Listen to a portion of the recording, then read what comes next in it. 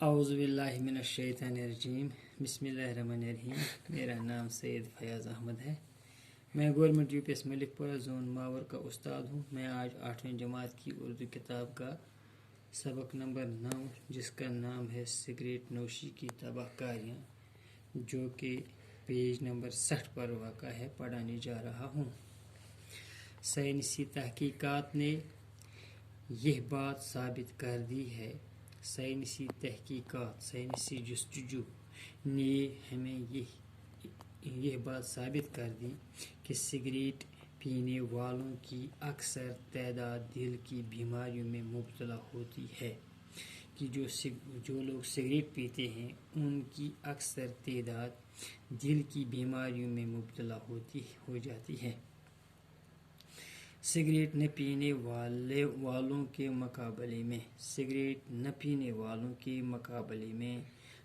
پینے والے 10 گنا اس طرح کی بیماریوں کے شکار ہو جاتے ہیں۔ سگریٹ نہ پینے والوں کے مقابلے میں سگریٹ پینے والے 10 گنا اس بیماری میں کے شکار ہو جاتے ہیں۔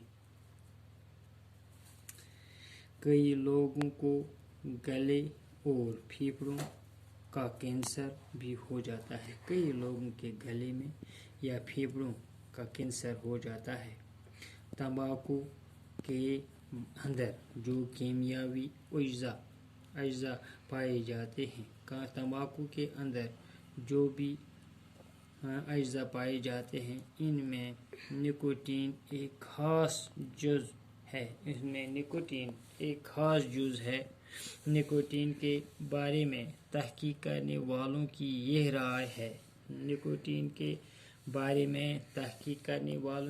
رائے ہے کہ اس میں زہریلے اثرات پائے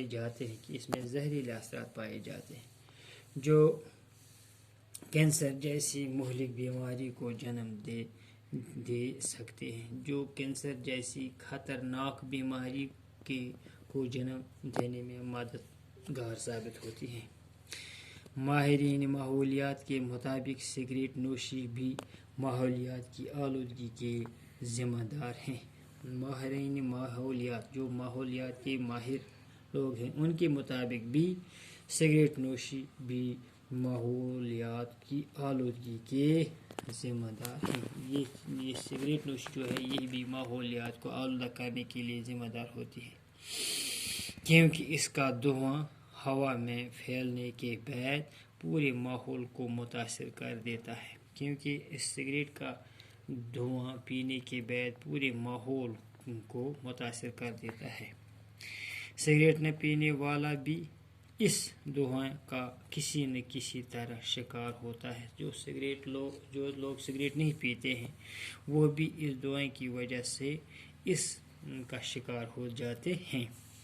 اسی لیے اب یہ نعرہ عام ہو گیا ہے، تمہاری تمباکو نوشی میری صحت کے لیے مضر ہے۔ آپ کا جو تمباکو نوشی ہے، یہ میری صحت کے لیے زبردست مضر ہے۔ انشاءاللہ باقی ہم کل پڑھیں گے۔ باقی وسلام۔